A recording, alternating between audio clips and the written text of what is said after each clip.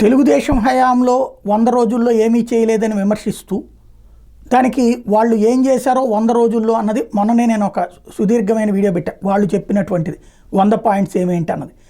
అట్లాగే అప్పట్లో జగన్ వచ్చినప్పుడు 100 రోజుల్లో చేసిందంటూ సాక్షి ఇవాళ ఒకటి హైలైట్ చేసుకొచ్చింది. వృద్ధులు, వితంతువులు, గీత కార్మికులు, మత్స్యకారులు, ఒంటరి మహిళలకు పెన్షన్లను 2250కి పెంచారు.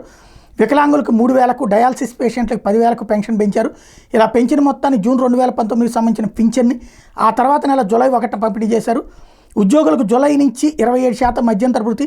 అక్టోబర్లో వైఎస్ఆర్ రైతు భరోసా అమలు. 56 లక్షల మంది రైతు కుటుంబాలకు పెట్టుబడి సాయం.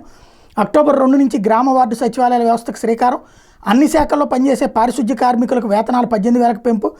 అంగన్వాడీ వర్కర్లు, కార్యకర్తల వేతనాలు పెంపు. డ్వాక్రా యానిమేటర్లు, రిసోర్స్ పర్సన్స్కి 10,000 గౌరవ వేతనం. మహిళల పేరు మీద ఉగాది రోజున రిజిస్ట్రేషన్. వచ్చే 4 ఏళ్లలో వైఎస్ఆర్ పేరుతో 25 లక్షల ఇళ్ల నిర్మాణం అని అప్పట్లో చేసింది. జనవరి 26 నుండి తెల్ల కార్డు ఉన్న ప్రతి తల్లికి అమ్మఒడి కింద 15,000.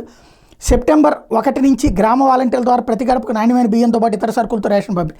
జనవరి 26 అంటే తర్వాత వచ్చిందని నేను కదా ఇక్కడ వీళ్ళు కూడా ఒప్పుకుంటోంది.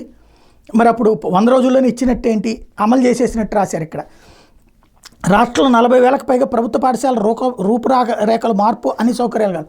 100 రోజుల్లో అవ్వలేదు కదా, అప్పుడు ప్రారంభించారు. మరి అయిపోయినట్టు రాసేసుకుంటున్నారు ఇక్కడ. రాష్ట్రంలో 40,000 నాణ్యమైన విద్యా ఫీజుల నియంత్రణకు విద్యా సంస్కరణ కమిటీ ఏర్పాటు. ప్రైవేట్ పాఠశాల 25% ఉచిత సీట్ల అమలు.